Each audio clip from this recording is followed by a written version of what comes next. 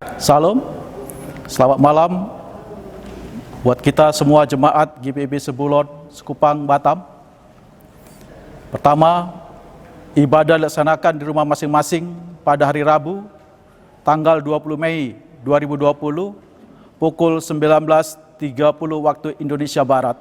2. Persembahan berupa persembahan kantong, persepuluhan, syukur keluarga, ibadah minggu, dan pelkat, syukur ulang tahun kelahiran dan perkawinan dilakukan dengan cara: pertama, melalui transfer bank mandiri nomor rekening 109 00 80 00 9871 atas nama GPIB Jemaat Sebulon.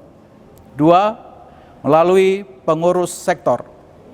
3. Diantar ke kantor majelis jemaat pada waktu hari kerja dan akan disiapkan kotak persembahan, agar tiap keluarga dapat menulis keterangan jenis persembahan dan waktu ibadah. Bapak Ibu yang terkasih dalam Tuhan Yesus Kristus, mari jemaat berdiri untuk menyambut firman Tuhan hadir di tengah-tengah persekutuan kita. Kita menghadap Tuhan dengan bernyanyi dari Kidung Jemaat 10, bait 2 dan baitnya yang ketiga, Pujilah Tuhan Sang Raja.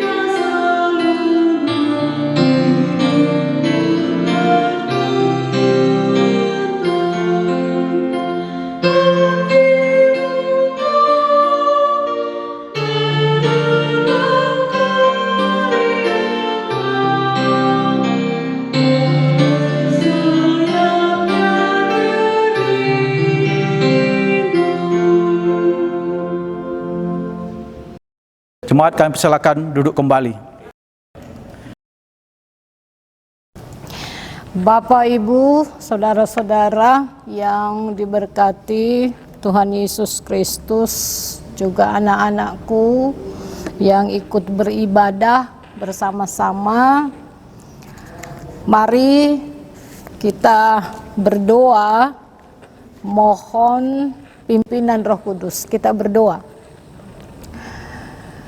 Kami memuji, memuliakan Engkau Tuhan dalam ibadah keluarga saat ini, karena kami boleh beribadah ini karena kasih Tuhan kepada kami. Dan oleh karena itu Tuhan, kami mohon Roh Kudus-Mu memimpin menyertai kami, sehingga kami boleh melakukan ibadah kami kepada Tuhan karena kasih kami kepadamu, ya Tuhan. Berfirmanlah kepada kami mau mendengar. Demi Kristus firman yang hidup kami berdoa. Amin.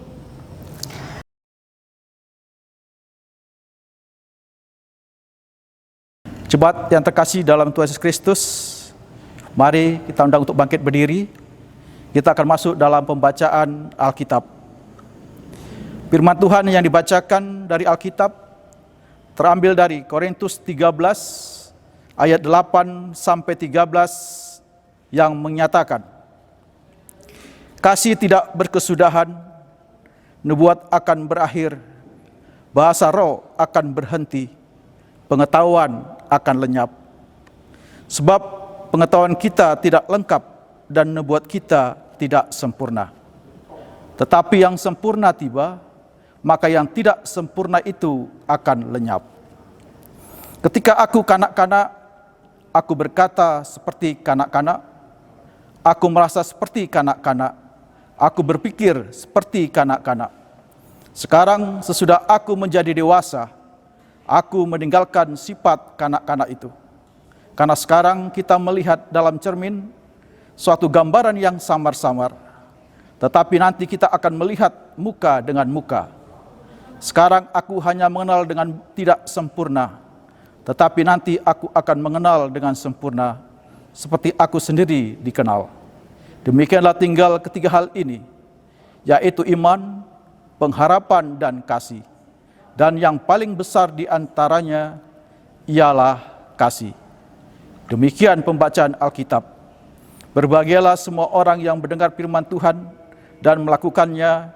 Terpujilah Tuhan Yesus. Haleluya.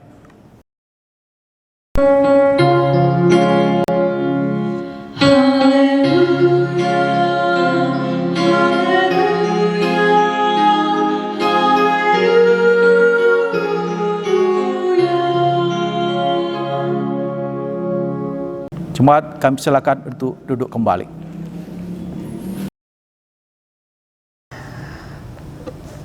Mari Bapak Ibu, saudara-saudara, anak-anak yang diberkati Tuhan Yesus Kristus, kita perhatikan firman Tuhan yang sudah dibacakan tadi. Kita melihat di situ, ya, kalau kita lihat, kita lebih teliti, kita bisa lihat di situ bahwa Paulus bicara tentang kasih. Bahkan bagi Paulus, kasih itu adalah hal yang sangat prinsip bagi orang Kristen. Kalau kita perhatikan ayat 1 sampai ayatnya yang ketiga, Paulus ingatkan jemaat di Korintus, tetapi juga mengingatkan kita saat ini bahwa jangan kita hanya mau dikasihi, tetapi kita tidak mau mengasihi. Bahkan Paulus katakan, apa gunanya kita punya karunia, tetapi kita tidak punya kasih, maka karunia itu tidak berguna, atau bisa dikatakan percuma. Karunia itu menjadi sia-sia dalam kehidupan berjemaat. Bapak Ibu, saudara-saudara yang diberkati Tuhan Yesus Kristus, bahkan lebih jauh lagi Paulus menegaskan bahwa Paulus bicara soal kasih di tengah-tengah jemaat Korintus, karena di jemaat Korintus justru terjadi krisis kasih, Bapak Ibu. Oleh karena itu, kalau kita perhatikan, mari kita perhatikan ayatnya yang ke-8. Ya, ayat yang ke-8 dikatakan begini, saya akan bacakan ya Bapak Ibu ya, saudara-saudara. Dikatakan begini, kasih tidak berkesudahan, nubuat akan berakhir, bahasa roh akan berhenti, pengetahuan akan lenyap. Nah, kasih tidak berkesudahan. Maksud Paulus tentang kasih di sini adalah agape, kasih Allah. Kalau dalam bahasa Yunani kasih itu ada beberapa hal ya. Ada yang dikatakan storge, kasih dalam keluarga. Ada eros, kasih seksual suami istri. Ada philia atau filia, itu kasih persahabatan. Tapi Paulus khusus dalam perikop ini, Bapak Ibu, Paulus bicara soal kasih, bukan kasih manusia. Karena kalau kasih manusia pasti krisis, ya. Tetapi Paulus mau bicara secara khusus tentang agape, kasih Allah. Makanya Paulus tekankan di situ bahwa kasih Allah atau agape itu tidak berkesudahan. Saudara-saudara yang diberkati Tuhan Yesus Kristus, kasih Allah itu sifatnya terus menerus. Allah tidak pernah bisa berhenti mengasihi kita. Ya, tidak pernah bisa berhenti mengasihi kita. Saudara-saudara, ada beberapa catatan sebenarnya yang Paulus berikan kepada jemaat di Korintus, khususnya juga ya untuk kita gereja Tuhan saat ini. Catatan yang pertama, Paulus katakan bahwa mereka yang memiliki, kalau kita baca ayat 8 ya maksudnya karunia bernubuat, ya karunia bahasa roh. Nah, ini bahasa roh berarti karunia berbahasa dengan hikmat, ya karunia berbahasa dengan pengetahuan. Kalau orang Yunani soal ilmu pengetahuan itu luar biasa, mereka cerdas ya, kaum cendekiawan. Nah, Paulus katakan, ingatkan kepada mereka bahwa karunia yang mereka miliki, ya karunia nubuat, karunia bahasa roh dengan hikmat, atau karunia berbahasa dengan pengetahuan, semuanya itu akan lenyap. Ya, semuanya itu akan berakhir. Tadi ayat 8 katakan, hanya agape aja, agape saja yang tidak berakhir. Ya, kasih Allah yang tidak berkesudahan terus menerus. Saudara-saudara, oleh karena itu Paulus katakan, kalau karunia-karunia yang mereka miliki itu akan lenyap, akan berakhir, ya mereka tidak usahlah terlalu berbangga diri, ya terlalu menonjolkan diri, ya merasa bahwa karunia yang mereka miliki itu lebih hebat, ya dengan karunia itu mereka lebih pandai atau lebih berkualitas, mereka lebih dibutuhkan dari yang lain. Ya, menurut Paulus, kalau mereka ya dengan karunia yang mereka miliki, mereka terlalu membanggakan diri, mereka terlalu menonjolkan diri, itu namanya kesombongan. Nah, inilah justru yang membuat mereka krisis kasih di tengah-tengah pelayanan, dan akhirnya ya berdampak ke dalam kehidupan jemaat Tuhan. Saudara-saudara yang diberkati Tuhan Yesus Kristus, sekali lagi Paulus ingatkan, karunia-karunia yang mereka miliki akan lenyap, akan berakhir. Oleh karena itu janganlah ya membuat mereka itu merasa wah lebih daripada yang lain, ya sehingga kesombongan, dan sekali lagi akhirnya krisis kasih.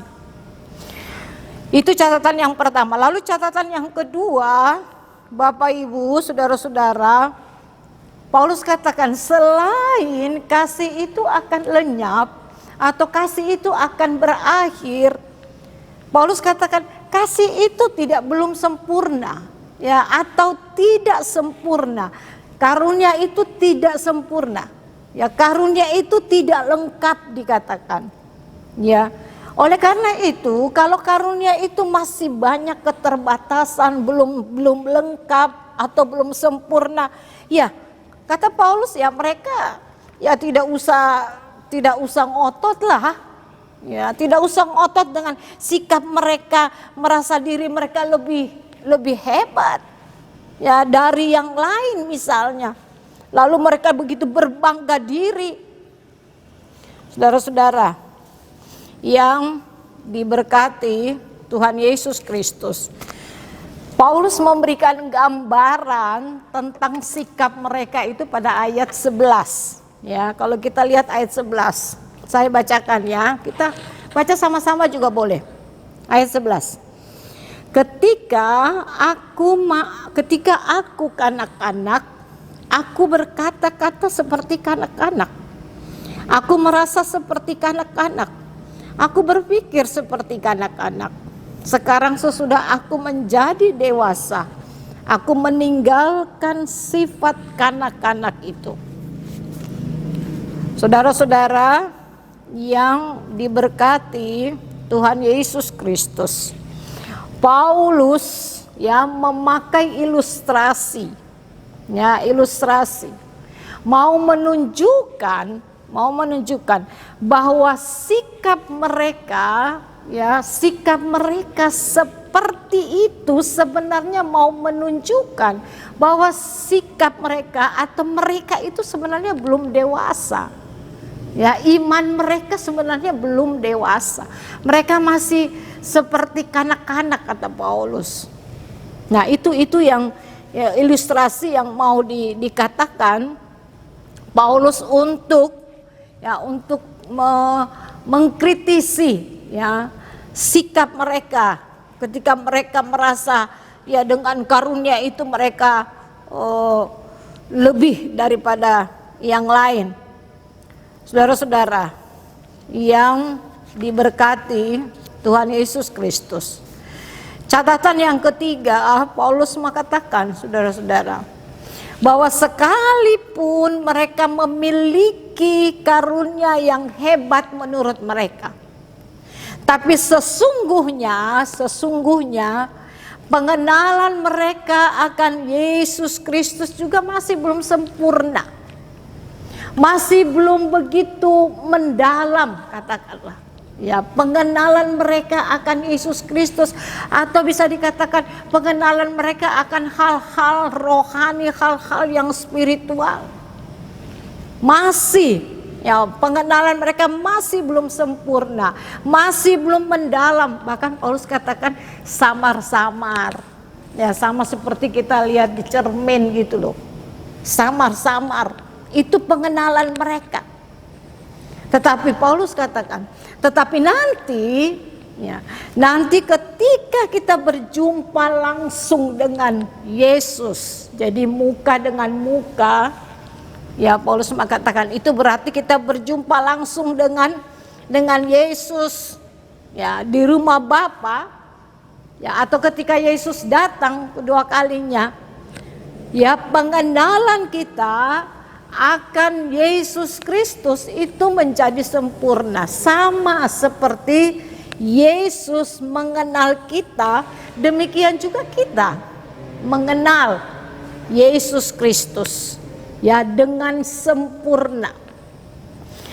Saudara-saudara yang diberkati Tuhan Yesus Kristus, catatan yang keempat saudara-saudara, Paulus mengatakan bahwa sekali lagi Paulus tekankan karunia itu akan lenyap, ya, tetapi yang kekal, ya bukan semua ya, tetapi yang kekal hanya 3 hal, ya dikatakan, ya kalau kita baca pada ayat 13 Bapak Ibu ya, demikianlah tinggal ketiga hal ini, yaitu iman, pengharapan, kasih, dan yang paling besar diantaranya ialah kasih.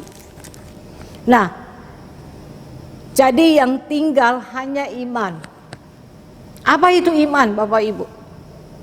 Iman itu adalah keyakinan kita kepada Yesus sebagai Tuhan dan Juru Selamat. Pertama. Yang kedua, iman itu berarti ya keyakinan kita kepada Yesus itu kita mau aplikasikan dalam kehidupan kita. Itu namanya iman. Karena kalau kita hanya beriman tanpa ada perbuatan iman, itu juga percuma kan, Bapak Ibu? Ya, di Ibrani katakan apa? Sia-sia, mati. Ya. Jadi itu yang ditekankan oleh Paulus. Tidak hanya beriman sebagai sifat satu pengakuan, bersifat pengakuan bahwa Yesus itu Tuhan dan Juru Selamat. Tapi orang yang sungguh-sungguh beriman adalah orang-orang yang mau mengaplikasikan imannya dalam perbuatan yang konkret. Apa itu? Ya, perbuatan kasih. Di sini ditekankan. Saudara-saudara yang diberkati, selain iman, Paulus katakan, selain iman, ada pengharapan. Apa itu pengharapan, Bapak Ibu? Paulus menjelaskan di sini, pengharapan ialah yang menguatkan kita untuk menantikan kedatangan Tuhan Yesus yang kedua kalinya. Kalau kita baca di Injil, saudara-saudara, ya, menjelang kedatangan Yesus yang kedua kalinya itu diawali dengan penderitaan yang luar biasa, saudara. Bahkan di situ dikatakan banyak orang, ya, kasih banyak orang menjadi dingin, ya, banyak orang yang murtad. Oleh karena itu pengharapan itu adalah yang menguatkan kita untuk menantikan kedatangan Yesus yang kedua kali di tengah-tengah, ya, di tengah-tengah penderitaan menjelang akhir zaman. Dan ini yang Paulus tekankan, kasih. Ya, dikatakan, dan yang paling besar, ya, adalah diantaranya ialah kasih. Saudara-saudara, mengapa? Mengapa Paulus, ya, menekankan kasih, ya, dalam pembacaan kita? Karena saudara-saudara, kasih yang dimaksudkan oleh Paulus, sekali lagi saya katakan, ini adalah agape, kasih Tuhan. Tapi Paulus mau tekankan bahwa kasih itu adalah sifat dan karakter Allah. Jadi Bapak Ibu, saudara-saudara yang diberkati Tuhan Yesus Kristus, Allah itu berlimpah kasih-Nya, dan Allah tidak akan pernah berhenti mengasihi orang-orang yang percaya, orang-orang yang sungguh-sungguh, ya, setia dalam kehidupannya. Nah, ini yang ditekankan oleh Paulus. Kasih itu sifat dan karakter Allah. Nah, kita bersyukur punya Allah seperti Yesus, Allah yang berlimpah kasih-Nya. Bapak Ibu, saudara-saudara yang diberkati Tuhan Yesus Kristus, kita bisa mengatakan, bahkan menyaksikan, tidak terbilang banyaknya Allah berbuat kasih kepada kita. Bahkan kita bisa mengakui bahwa Allah mengasihi kita setiap saat. Bahkan terlalu banyak, Allah berbuat kasih kepada kita sampai kita tidak mampu menghitungnya satu persatu. Perbuatan kasih Allah dalam Yesus Kristus. Contoh, saudara-saudara, Allah menciptakan dunia ini karena kasih. Allah menciptakan saya dan Bapak Ibu karena kasih. Allah bersedia menanggung dosa kita, bahkan mau mati di kayu salib karena apa? Alasannya karena kasih. Ya, kasih Allah kepada kita. Nah, Bapak Ibu, saudara-saudara, maka lewat pembacaan ini kita diingatkan kalau kasih itu adalah sifat dan karakter Allah, maka seharusnya juga saya dan saudara yang percaya kepada Allah di dalam Yesus Kristus punya karakter juga seperti itu. Ya, kasih. Saudara-saudara, makanya pernah Yesus katakan tentang kasih kalau kita baca di Matius 22 ya, ayat 37 dan 39. Kasihilah Tuhan Allahmu dengan segenap hatimu, dengan segenap jiwamu, segenap kekuatanmu. Maksudnya apa, saudara-saudara?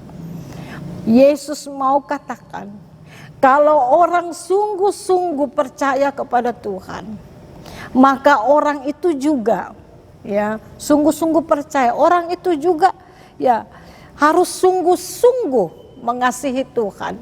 Nah, kalau kita baca di Yohanes 15 ayat 10, mengasihi Tuhan itu bagaimana Bapak Ibu? Ya otomatis kan kita yang percaya kepada Tuhan, yang punya sifat dan karakter kasih, otomatis kita punya kasih agape itu kita punya. Tapi bagaimana caranya kita mau mengatakan kasih kita kepada Tuhan? Yohanes 15 ayat 10 katakan, simpel saja kok kalau kita mau menyatakan kasih kita kepada Tuhan. Tuhan tidak minta hal-hal yang rumit. Ya, Tuhan tidak mau minta hal-hal yang sulit untuk kita mau menyatakan kasih kita kepada Tuhan. Tuhan hanya minta kalau kita sungguh-sungguh percaya, kita sungguh-sungguh mengasihi, maka kita pasti mau melakukan apa yang diperintahkan Tuhan. Ya, apa yang diperintahkan Tuhan kita lakukan. Itulah wujud kasih kita kepada Tuhan. Ya, dan kalau kita hidup di dalam kasih Tuhan itu, kita juga pasti bisa mengasihi sesama kita, dikatakan. Apalagi firman Tuhan katakan, kasihilah sesamamu seperti dirimu sendiri. Ya, di tengah-tengah pergumulan COVID ini, saudara-saudara, COVID-19, Tuhan minta supaya kita orang Kristen yang terus-menerus mengalami kasih Tuhan, yang berlimpah-limpah kasih Tuhan dalam hidup kita, kita juga kita mau, Tuhan mau supaya kita mengaplikasikan. Kita hidup di dalam kasih lewat ketaatan, kita melakukan firman Tuhan. Hanya dengan begitu kita dimampukan mengasihi sesama kita, khususnya di tengah-tengah pergumulan kita bersama. Karena sekali lagi Paulus tekankan apa? Kasih itu sifat dan karakter Allah. Itu juga akan menjadi sifat dan karakter kita. Kita tidak ada gunanya saudara-saudara menjadi orang Kristen. Paulus katakan tidak ada gunanya kita menjadi orang Kristen kalau kita tidak bisa mengasihi orang lain. Terpujilah Yesus Kristus. Amin.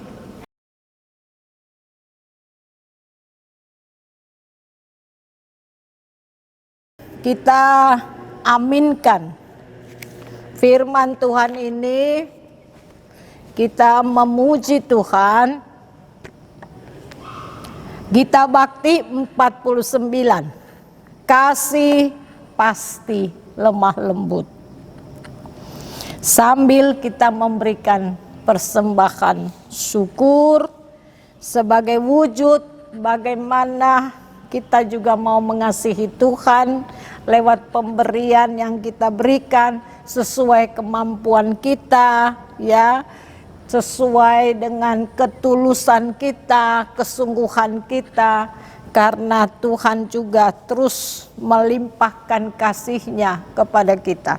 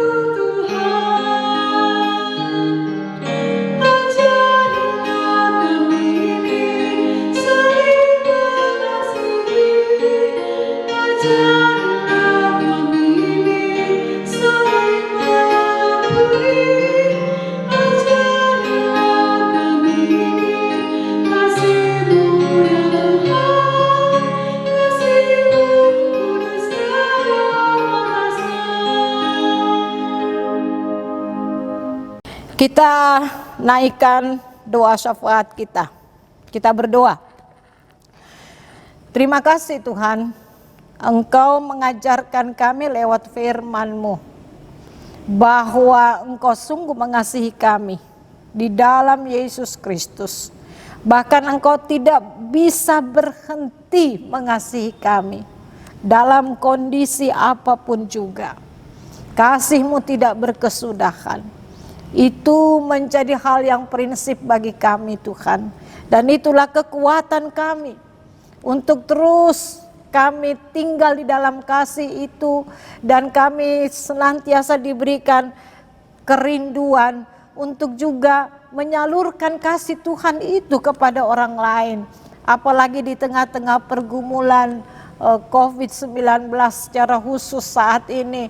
Kami sudah bergumul sekian lama ya Tuhan Yesus, dan pergumulan ini membuat begitu banyak penderitaan, dampaknya kemana-mana, ke pekerjaan, banyak yang di PHK, banyak yang mengalami krisis ekonomi, banyak yang mengalami kesusahan ya Tuhan, bahkan keputusasaan. Tuhan, Engkau mengutus kami di tengah-tengah kehidupan, di tengah-tengah pergumulan bersama saat ini untuk menyatakan kasih Tuhan yang tidak berkesudahan itu lewat perbuatan iman kami Tuhan yang konkret, menolong sesama kami sesuai dengan apa yang mereka butuhkan.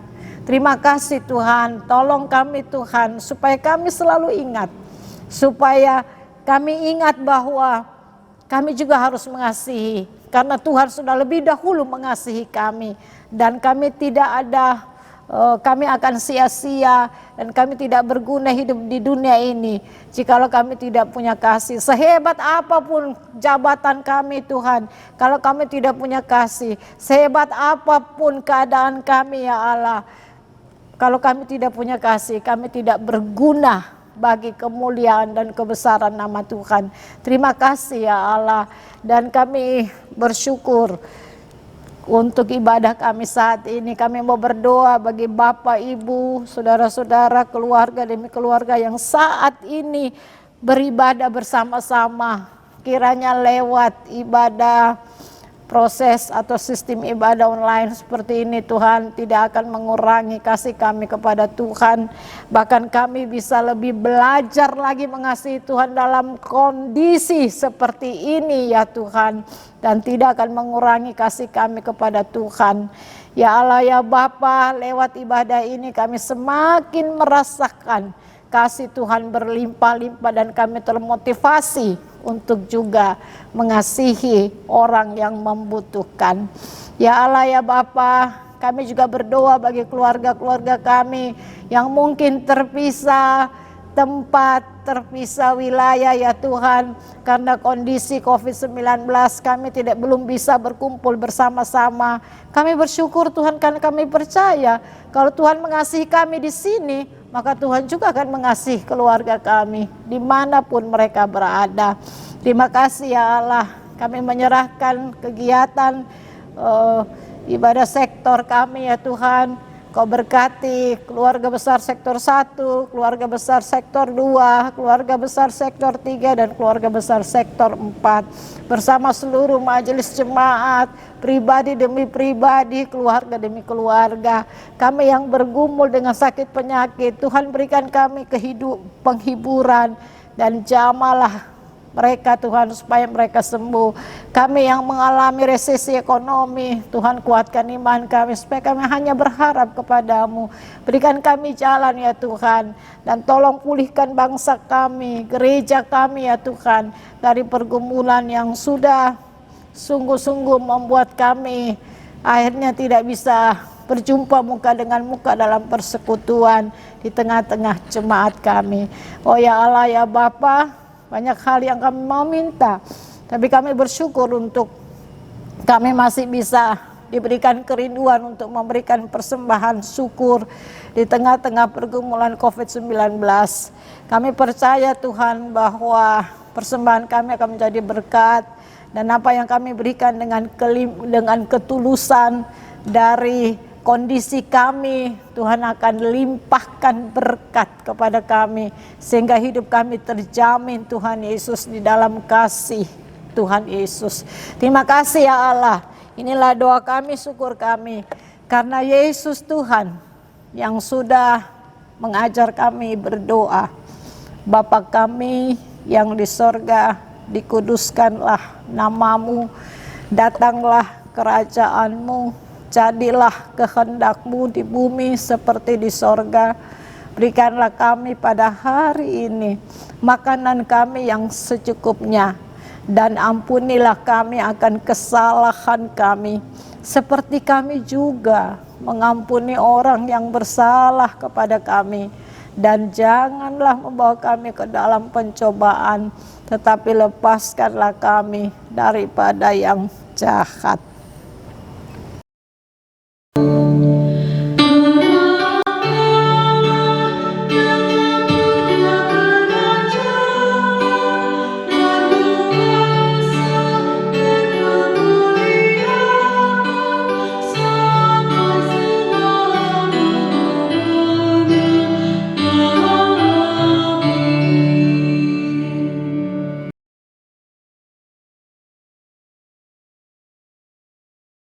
Bapak, Ibu, saudara-saudara yang diberkati Tuhan Yesus Kristus, Tuhan begitu mengasihi kita ya di dalam Yesus Kristus, dan senantiasa mengasihi kita.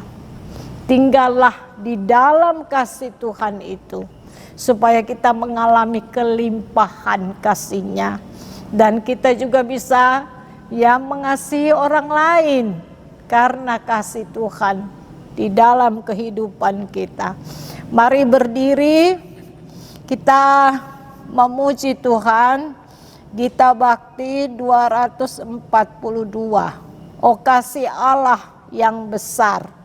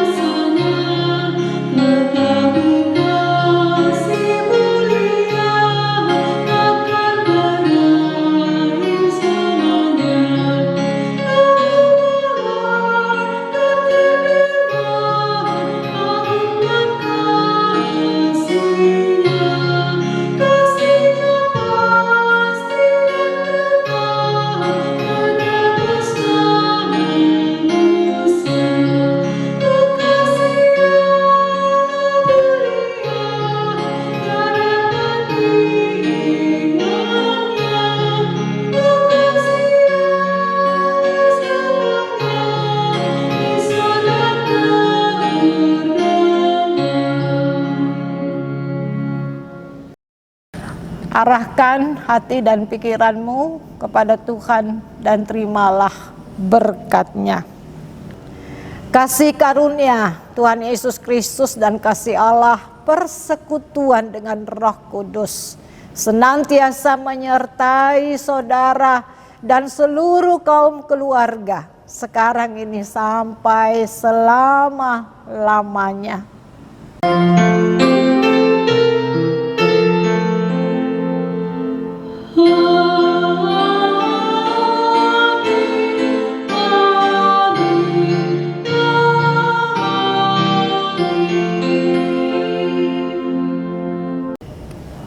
Kita bersyukur kepada Tuhan karena ibadah keluarga malam ini kita boleh laksanakan karena kasih Tuhan Yesus Kristus kepada kita. Dan kita selalu bersyukur karena kita punya Tuhan yang sungguh-sungguh mengasihi kita. Mari kita juga mengasihi sesama supaya Tuhan Yesus dipermuliakan. Terpujilah Tuhan Yesus Kristus. Tuhan Yesus memberkati. Shalom.